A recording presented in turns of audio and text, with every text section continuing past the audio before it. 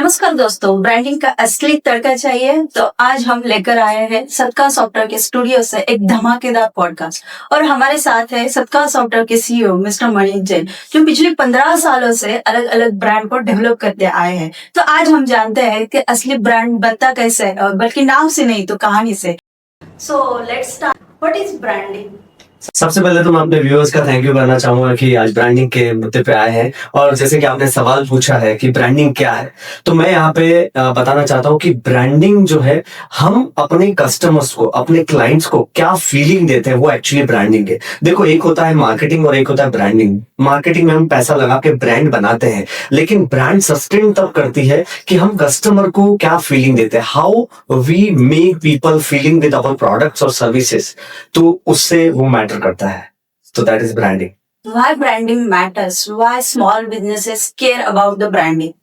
See, branding matters क्यों करती है? अगर इसका आंसर देना है तो अगर मैं आपको पूछूं कि अगर मैं कॉफी का नाम लूं तो आपके दिमाग में कौन सा ब्रांड आता है? डेफिनेटली ब्रू कॉफी या स्टारबक्स आता है। तो क्यों? क्योंकि स्टारबक्स ने अपना ब्रांड बनाया है। अगर आज मैं कॉफी का नाम ले रहा हूं तो हम सबके मुंह से स्टारबक्स का नाम आ रहा है, क्योंकि स्टारबक्स ने सिर्फ कॉफी सेल नहीं करी है, स्टारबक्स ने एक फीलिंग सेल करी है। लोग वहां पे जाते हैं मीटिंग्स करने के लिए, अपने मोमेंट्स बनाने के लिए। लोग वहां पर जाते हैं कुछ अपना मीटिंग्स या ऑफिस का काम करने के लिए, और फिर वहां पे 500 रुपए की कॉफी भी होती है। भले वो कॉफी 20 रुपए की है, लेकिन वो 500 रुपए की कॉफी वहां से लेकर के पे करते हैं। That is branding. इसलिए ब्रांडिंग मैटर करती है। और हर छोटे छोटे एमएसएमई हो, कंपनी हो, जो भी इस दुनिया में काम कर रहा है, उसको ब्रांडिंग इसलिए मैटर करती है क्योंकि वो कस्टमर को क्या फीलिंग दे रहा है। वो सिर्फ अपने प्रोडक्ट सेल नहीं कर रहा, वो उनको एक इमोशन भी सेल कर रहा है। इसलिए ब्रांडिंग मैटर करती है। ओके, मान लीजिए एक व्यक्ति है जो अपना नया बिजनेस शुरू कर रहा है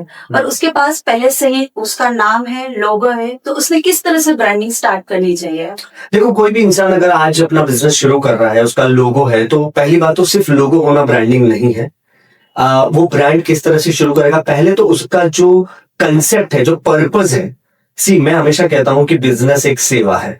अगर वो एंटरप्रेन्योरशिप में आया, मतलब कोई बिजनेस अगर कर रहा है, तो वहां पे उसको उसका एक पर्पस सॉल्व होना चाहिए कि वो लोगों की कौन सी प्रॉब्लम को सॉल्व कर रहा है। अगर हमारे दिमाग में ये फिक्स है कि यार ये मेरा जो प्रोडक्ट है या मेरी जो सर्विस है वो लोगों की ये प्रॉब्लम को सॉल्व कर रहा है, तो वो उसका जब ब्रांड स्टेटमेंट अगर क्लियर होता है तो वहां से उसकी ब्रांडिंग शुरू होती है। फिर वही चीज उसके हर एड में, उसके हर क्रिएटिव्स में, उसके हर सोशल मीडिया पोस्ट पे, हर जगह वो दिखेगा। जैसे कि आज सदका सॉफ्टवेयर के अंदर हम वेबसाइट बनाते हैं। हमने हर जगह, मैं कहीं पर भी जाता हूं तो बोलता हूं वेबसाइट बनेगी तभी तो पहचान बढ़ेगी, वेबसाइट बनेगी तभी तो पहचान बढ़ेगी। ये बार बार बोलने से ये एक स्टेटमेंट जाता है कि अगर आपको पहचान बढ़ानी है तो आपको वेबसाइट बनवानी पड़ेगी, राइट। जैसे कि LIC कहता है कि जिंदगी के साथ भी, जिंदगी के बाद भी। तो एक मैसेज वो क्लियर कर रहा है कि यार जिंदगी के बाद भी, मतलब आपके जब पेरेंट्स नहीं रहे या आपके हस्बैंड नहीं रहे, तो वो जो LIC का पैसा है वो आपकी लाइफ को बेहतर बनाने में आपकी मदद करेगा। तो एक जब आपका एक मैसेज क्लियर होता है और लोगों को पता होता है कि ये मैसेज के अंदर लोगों का एक पेन पॉइंट कैसे सॉल्व हो रहा है, वो उसमें क्लियर होता है, तो दैट इज वेरी इंपॉर्टेंट। तो कोई भी इंसान जो नया बिजनेस स्टार्ट कर रहा है या करना चाहता है, पहले उसका स्टेटमेंट क्लियर होना चाहिए, जिसको हम ब्रांड स्टेटमेंट बोलते हैं। उसका पर्पस क्लियर होना चाहिए कि क्या, कौन सी प्रॉब्लम वो लोगों को सॉल्व कर रहा है, और उसी को लेकर के उसको मार्केटिंग भी करना है, ब्रांडिंग भी करना है और आगे बढ़ना है। आपको ब्रांडिंग में कौन सी कॉमन मिस्टेक नजर आती है? देखो, कॉमन मिस्टेक जो मुझे सबसे ज्यादा नजर आती है, मैं कई बार देखता हूं कि लोग अपना बिजनेस स्टार्ट करते हैं और बार बार अपना स्टेटमेंट चेंज करते हैं। उन्हें पता नहीं होता है कि उनका क्या स्टेटमेंट है, कौन सी प्रॉब्लम वो सॉल्व कर रहे हैं, और टाइम टू टाइम वो चेंज होती रहती है। अगर वो क्रिएटिव्स भी बना रहे हैं तो बार बार उनका कलर कॉम्बिनेशन चेंज होता रहता है। अगर उनका वेबसाइट देखोगे, ब्रोशर्स देखोगे, तो उसमें कलर कॉम्बिनेशन अलग अलग होता है। उनका स्टेटमेंट, विजन, वैल्यूज क्लियर नहीं होते हैं। तो कई बार क्या होता है कि वो बार बार जब चेंज करते रहते हैं तो उनकी ब्रांड जो है वो कंसिस्टेंट नहीं रहती है। जिसको मैं कहता हूं कंसिस्टेंट रहना, कि आपके ब्रांड का जो मैसेज है उसी को लेकर के आपको मार्केटिंग करनी है, तो कंसिस्टेंसी बहुत मैटर करती है। तो सबसे बड़ी मिस्टेक जो बिजनेस ओनर करते हैं वो है लैक ऑफ कंसिस्टेंसी। और दूसरी सबसे बड़ी मिस्टेक जो बिजनेस ओनर्स करते हैं वो ये है कि वो कई बार ये जो डिजिटल प्लेटफॉर्म्स हैं जहां से वो लोगों से इजीली कनेक्ट हो सकते हैं, उसको वो इग्नोर करते हैं।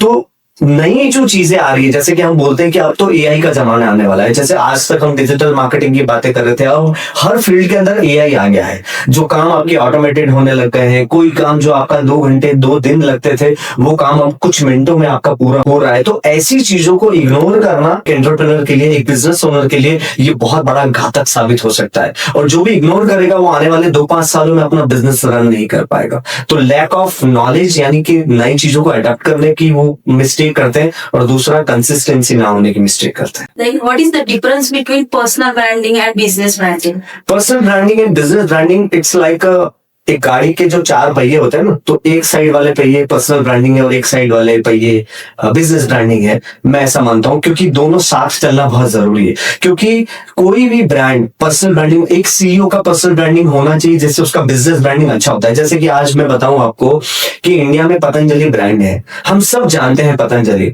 और हम सब जानते हैं क्यों खरीदते हैं हम, बिकॉज हमारे दिमाग में एक इंसान का पर्सनल ब्रांडिंग बहुत स्ट्रांग है, बाबा रामदेव।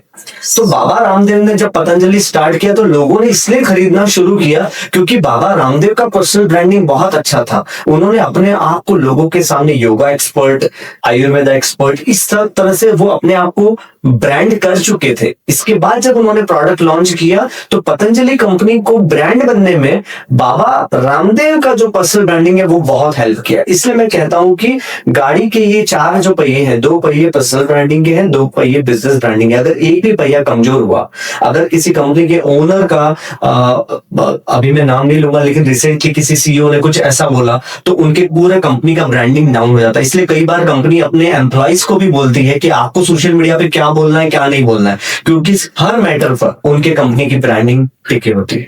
अच्छा, then what is the rebranding? ये rebranding कब और कैसे करें? उसका सही समय क्या होता है? एक्चुअली रीब्रांडिंग का सही समय ऐसा नहीं बोल सकते। रीब्रांडिंग कंपनी तब सोचती है जब उनको लगता है कि वो किसी गलत मैसेज को लेकर के अपने आप को ब्रांड कर रहे हैं, सफल नहीं हो पा रहे। और जब एक बार कंपनी शुरू कर दी, ब्रांड बनाना शुरू कर दिया, और 2-3 सालों के बाद लगा कि यार वो लोगों के इस पर्पस को सॉल्व कर रहे हैं, तो इसके बाद उन्हें लगता है कि यार हमारा जो ब्रांड है वो लोगों की ये पेन पॉइंट को सॉल्व कर रहा है। तो उनका फिर विजन चेंज होता है, उनकी वैल्यूज चेंज होती हैं, फिर उनका कलर कॉम्बिनेशन, ब्रांडिंग सब कुछ चेंज होता है, जिसको हम रीब्रांडिंग कहते हैं। तो रीब्रांडिंग, अगर किसी का मैसेज चेंज हो गया है, किसी की कंपनी के प्रोडक्ट्स चेंज हो गए हैं, किसी के कंपनी के कुछ जिस पेन पॉइंट को वो सॉल्व कर रहे थे वो चेंज हो गया है, तो तब रीब्रांडिंग करना बहुत जरूरी है। लोग यहाँ पे मिस्टेक क्या करते हैं, कई बार ब्रांड के अंदर वो अलग अलग डाइवर्सिफाइड बिजनेस के प्रोडक्ट एक ही कंपनी के अंदर ले आते हैं, तो जिससे ये पता नहीं चलता है कि एक्चुअल में उस कंपनी का मोटिव क्या है। तो रीब्रांडिंग तब करना चाहिए जब आपका एक मैसेज चेंज हो गया है, लोगों का किस पेन पॉइंट को आप सॉल्व कर रहे हैं वो चेंज हो गया है, तो वहां पर आपको रीब्रांडिंग करना चाहिए। अदरवाइज रीब्रांडिंग करने की जरूरत ही नहीं अगर आपका मैसेज सेम है और अच्छा चल रहा है। अच्छा, तो लोग ब्रांड के ऊपर प्यार क्यों करते हैं? What you love on brand? Brand के ऊपर लोग प्यार इसलिए करते हैं क्योंकि इंडिया में या पूरे वर्ल्ड में, पूरी दुनिया में इमोशनल बाइंग सबसे ज्यादा होती है। एक सर्वे के अनुसार ये पाया गया है कि 95% से ज्यादा लोग इमोशनली बाय करते हैं। ठीक है, जैसे आज हमें जरूरत ना भी होगी, अगर हम मॉल में गए हैं तो हम शायद 1-2 शर्ट खरीद लेंगे, राइट, क्योंकि हमें जरूरत नहीं, लेकिन हमारा जो फेवरेट ब्रांड है वो वहां पे है और हम उस शोरूम में गए हैं तो वहां पर हम कुछ ना कुछ खरीद लेते हैं। तो इमोशनल बाइंग होती है, लोग ट्रस्ट करते हैं आपकी ब्रांड पे, जो इमोशनल जो कनेक्शन होता है लोगों का, इसलिए लोग आपकी चीजें तब भी खरीदते हैं जब उनको जरूरत नहीं होती है। और सबसे बड़ी बात कि लोग आपके बारे में क्या बात करते हैं जब आप रूम में नहीं हो, जो भी आपका ब्रांड है उसके बारे में कहीं पे बात हो रही हो, तो वो बातें किस तरह की इंपैक्ट कर रही है लोगों को, वो मैटर बहुत करता है। तो इमोशनल कनेक्शन होना बहुत ज्यादा जरूरी है। क्या कम बजट में ब्रांड बनना पॉसिबल है? देखो, ब्रांडिंग का जो है वो बजट के साथ उतना रिलेशन नहीं है। बजट का जो रिलेशन होता है वो मार्केटिंग के साथ होता है। मार्केटिंग में लोग कितना भी पैसा खर्च कर सकते हैं, उसका कोई लिमिट नहीं है। जैसे मार्केटिंग के लिए आप वेबसाइट बनवा दो, डिजिटल प्रेजेंस कर दो, आप सड़कों पे होर्डिंग लगवा सकते हो, आप टीवी पे ऐड डाल सकते हो, जितना आपके पास पैसा आप उतना मार्केटिंग कर सकते हो। लेकिन ब्रांडिंग क्या है कि प्रोडक्ट एक बार आपका खरीदने के बाद, मार्केटिंग से तो कस्टमर आपके पास आ गया, खरीदने के बाद वो कैसा फील करता है, दैट इज ब्रांडिंग। तो ब्रांडिंग का एक्चुअली बजट से कोई रिलेशन नहीं है, how you are making them feel, that is more important. तो बजट कोई भी कितने कम बजट में जितनी भी मार्केटिंग करता है, जितना भी उसका लीड आता है, लेकिन अगर उसका कस्टमर एक्सपीरियंस अच्छा है तो वो ब्रांड है। According to you, what is the future of branding? देखो, फ्यूचर ऑफ ब्रांडिंग अगर आज मुझे कोई भी पूछता है तो मैं हमेशा ये कहता हूँ कि फ्यूचर ऑफ ब्रांडिंग ना एआई के साथ कनेक्टेड है। Not only branding, her field का फ्यूचर जो है वो एआई के साथ कनेक्टेड है। आज हम ब्रांडिंग के अंदर सपोज हम जो भी काम कर रहे हैं उसमें एआई का इन्वॉल्वमेंट होना हो गया है। जैसे कि अगर पहले कंटेंट कुछ रेडी करने में हमें 2 दिन 5 दिन लगते थे, अभी वही काम कुछ मिनटों में हो जाता है। पहले लोगों को फोन करते थे कि कैसा लगा हमारा प्रोडक्ट, कैसी लगी सर्विसेज। अब ये सारा जो प्रोसेस है, कस्टमर एक्सपीरियंस लेना, कस्टमर से रिव्यूज लेना, ये सारा ऑटोमेटेड होने वाला है और हो गया है एक हद तक। तो ब्रांडिंग के अंदर भी एआई आने वाला है। तो जो भी ब्रांड्स हैं अगर वो एआई को अडॉप्ट नहीं करते हैं तो वो कहीं ना कहीं पीछे रह जाएंगे।